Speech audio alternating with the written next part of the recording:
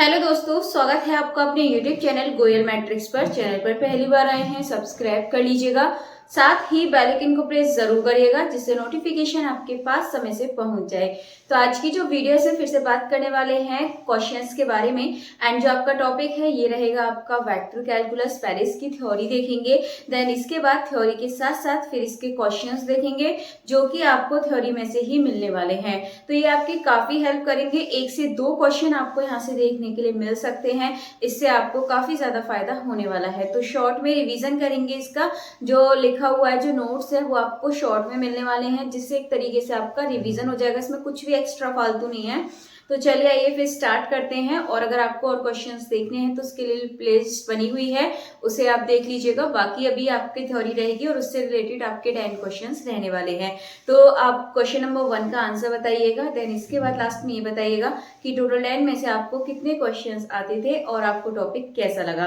तो चलिए फिर स्टार्ट कर देते हैं। और आपके सामने है सबसे पहले यहाँ पर वेक्टर फंक्शन। ठीक है, वेक्टर फंक्शन क्या होती है आपके सामने लिखा हुआ है।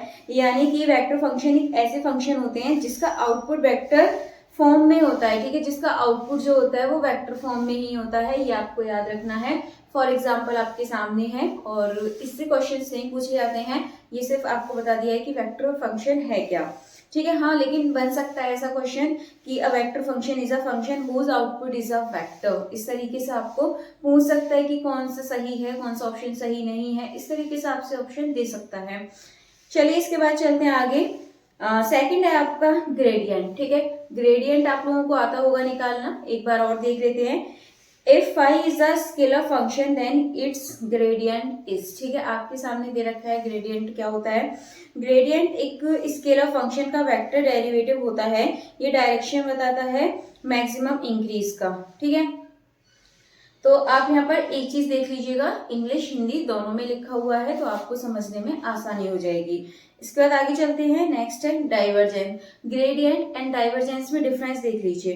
देखिए, ग्रेडियंट जो था उसमें आई जे के आपको दिए हुए होंगे और आपको एक्स वाई जेड के रेस्पेक्ट में यहाँ पर डिफरेंशियल करना होता है, इनकी डेरिवेटिव निकालना होता है। लेकिन आई जे के दिए होते हैं। जो 3 वाला है उसमें आई जे के नहीं होते हैं आपके, मतलब कि डाइवर्जेंस में आई जे के नहीं होते हैं। सिंपली आप क्या करेंगे, एक्स की रेस्पेक्ट में, फिर उस फंक्शन का वाई की रेस्पेक्ट में, फिर उस फंक्शन का जेड की रेस्पेक्ट में। ठीक है, इस तरीके से होता है डाइवर्जेंस। ग्रेडियंट में क्या होता है, जो आई के साथ दे रखा है उसका एक्स की रेस्पेक्ट में कर देते हैं, जो वाई के साथ है उसका मतलब आई के बाद जे के जो साथ दे रखा है मतलब उसका वाई की रेस्पेक्ट में कर देते हैं, और जो यहाँ पर के साथ दे रखा है उसका जेड की रेस्पेक्ट में कर देते हैं। लेकिन डाइवर्जेंस में पूरे फंक्शन का एक्स वाई जेड से अलग अलग निकालते हैं, ये आपको याद रखना है। चलिए इसके बाद है 4 कर्ल। कर्ल आपको निकालना आता है। कर्ल का मतलब क्या होता है, इसमें हम क्या करते हैं, क्रॉस करते हैं। ठीक है, आपके सामने लिखा हुआ है, देख लीजिए एक बार। कर्ल में क्रॉस निकालते हैं। इसके बाद लाइन इंट्रीगल। लाइन इंट्रीगल तो आपको पता है, इंट्रीगल होता है जो कि सी आपका लिखा होता है FTR। लाइन इंट्रीगल किसी कर्व पर वेक्टर फंक्शन का काम कैलकुलेट करता है। ठीक है, क्या काम करता है लाइन इंटीग्रल, किसी कर्व पर वेक्टर फंक्शन का काम कैलकुलेट करता है। ठीक है, इसका ये काम है। इसके बाद आगे चलते हैं। नेक्स्ट है Green's theorem, Stokes theorem and Gauss theorem. तो सिंपली आप इनको शॉर्ट में ही देख लीजिएगा एक बार। Green's theorem relate line integral and double integral. तो ग्रीन्स थ्योरम में क्या होता है, लाइन इंटीग्रल कहा जाता है आपका डबल इंटीग्रल में, तो आपको ध्यान रखना है। इसके बाद स्टोक्स थ्योरम में होता है surface integral and line integral. ठीक है, तो ये होता है आपका surface integral to line integral जाता है। और गॉस में आप relate volume integral and surface integral. ठीक है, ये चीजें आप ध्यान रख लीजिएगा, बहुत ज्यादा इंपॉर्टेंट है। नेक्स्ट है डायरेक्शनल डेरिवेटिव। तो डायरेक्शनल डेरिवेटिव आपका क्या होता है, किसी डायरेक्शन में स्केलर फंक्शन का रेट ऑफ चेंज बताता है। ठीक है, रेट ऑफ चेंज आपको निकाल देना है सिंपली, तो डायरेक्शनल डेरिवेटिव आपको पता चल जाएगा। इसके बाद लाप्लासियन ऑपरेटर। ठीक है, लाप्लासियन एक स्केलर ऑपरेटर है जो स्केलर फंक्शन का कर्वेचर को बताता है। ठीक है, कर्व ऑफ ट्रेसिंग को बताता है, यानी कि कर्वेचर को बताता है। इसके बाद नेक्स्ट है 9 कंजर्वेटिव वेक्टर फील्ड। तो कंजर्वेटिव वेक्टर फील्ड होता है, field is conservative if line integral is path independent, if curl F is equal to 0 then field is conservative. ठीक है, कंजर्वेटिव के लिए आप याद रखिएगा, कर्ल एफ यदि आपका 0 है तो कैसा होगा, कंजर्वेटिव होगा। यहाँ से छोटे छोटे क्वेश्चंस आप देखेंगे तो क्वेश्चंस आपसे पूछे जाते हैं। नेक्स्ट है applications of Gauss Stoke and Green's theorem. तो ये था एरिया कैलकुलेशन, मतलब क्या काम करता है, एरिया कैलकुलेशन का काम करता है, फ्लक्स थ्रू सरफेस और work done by a force field. ठीक है, ये 3 चीज होती हैं इसमें। आगे है सोलेनोइडल एंड इरोटेशनल फील्ड। यहाँ से क्वेश्चन DSSB में पूछा गया था, अलग अलग शिफ्ट में यहाँ से बनाए गए थे क्वेश्चन।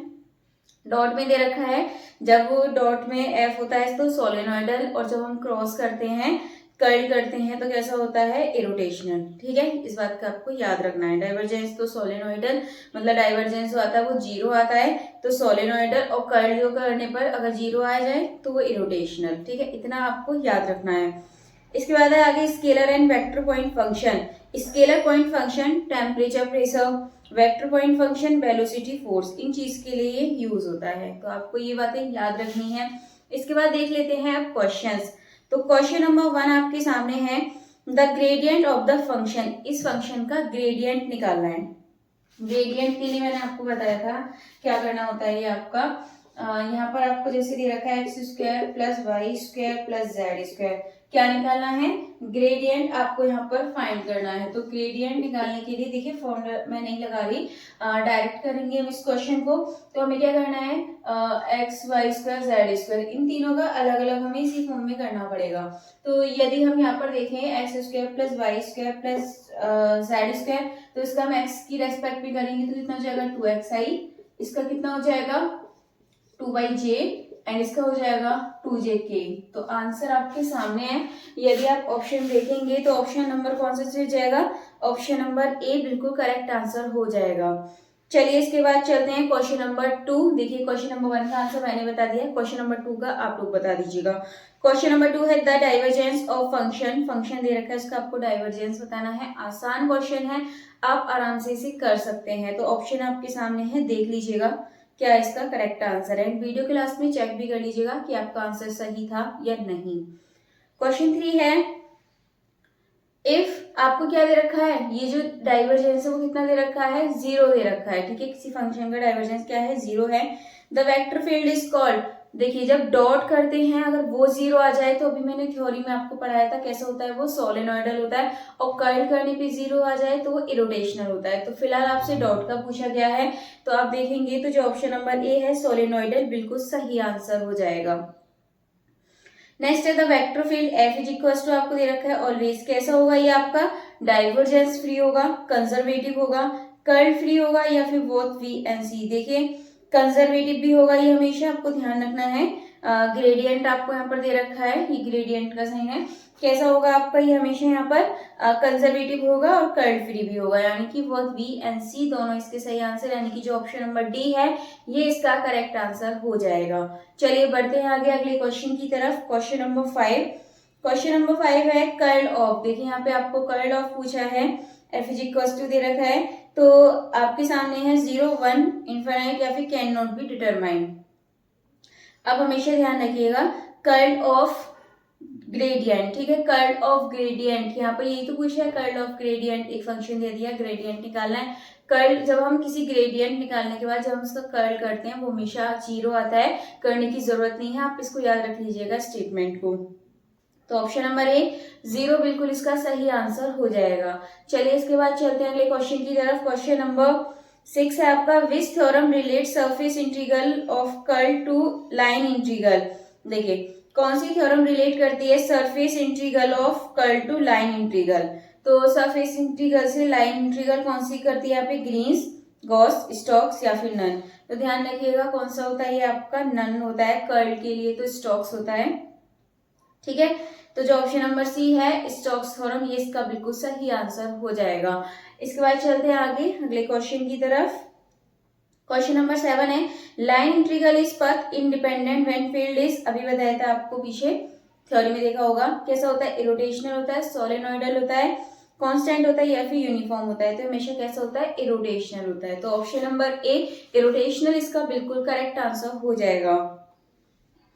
नेक्स्ट है question number 8, the divergence of a curl is always. अब देखिए डाइवर्जेंस ऑफ कर्ल पूछ लिया, अभी क्या पूछा था, कर्ल ऑफ ग्रेडियंट, अब आपसे क्या पूछा है, डाइवर्जेंस ऑफ कर्ल। तो ये भी याद रखिएगा, ये भी आपका कैसा होता है, जीरो होता है, यानी कि जो ऑप्शन नंबर ए है जीरो, इसका बिल्कुल सही आंसर हो जाएगा।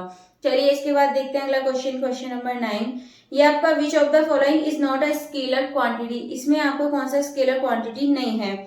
ऑप्शन है divergence, gradient, line integral of a scalar field या फिर स्केलर ट्रिपल प्रोडक्ट। इसका जो सही आंसर है याद रख लीजिएगा, ये है B, gradient of scalar function is a vector. तो ऑप्शन नंबर बी ग्रेडियंट इसका बिल्कुल करेक्ट आंसर हो जाएगा। क्वेश्चन नंबर देखते हैं आप 10, क्वेश्चन नंबर 10 है the value of curl, curl की, अब इसको जो फंक्शन दे रखा है इसकी जो क्या है, क्या निकालना है आपको, इस वेक्टर का कर्ल आपको यहाँ पर फाइंड करना है। तो आइए चलिए कर लेते हैं इसे, आसान क्वेश्चन है।